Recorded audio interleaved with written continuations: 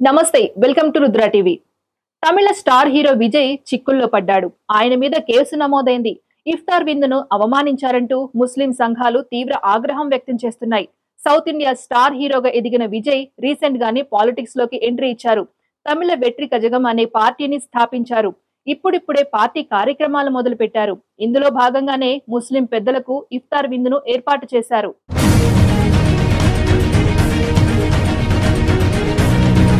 రంజాన్ సందర్భంగా చెన్నైలోని రాయపేట వైఎంసీఏ మైదానంలో విజయ్ ఇఫ్తార్ విందును నిర్వహించారు. ఇందులో విజయ్ స్కల్ క్యాప్ ను ధరించి ఉపవాసం ముగించే టైంలో ప్రార్థనలో పాల్గొన్నారు.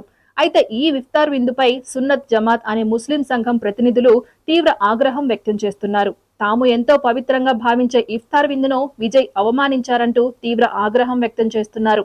ఈ మేరకు వారు చెన్నై పోలీస్ కమిషనర్ ఆఫీసులో ఫిర్యాదు చేశారు. విజయ్ నిర్వహించిన ఇఫ్తార్ విందులో ముస్లింలకు తీవ్ర అవమానం జరిగింది. ఆ విందులో కొందరు తాగుబోతులు, ఉపవాసం లేని వారు పాల్గొన్నారు. ఇఫ్తార్ విందు అంటే అత్యంత పవిత్రతతో ఉపవాసం ఉన్న ముస్లింలు మాత్రమే చేయాలి. కొందరు బాడీగార్డులు అక్కడ ముస్లింలను నెట్టేశారు. ఇది ముస్లింల మనోభావాలను దెబ్బతీయటమే అంటూ వారు ఫిర్యాదులో పేర్కొన్నారు.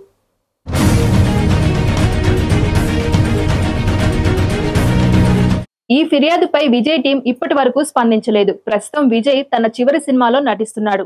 అది కూడా పొలిటికల్ బ్యాక్ డ్రాప్ లోనే వస్తుందని సమాచారం. ఇది ఇవాల్టి interesting update. Keep watching Rudra TV.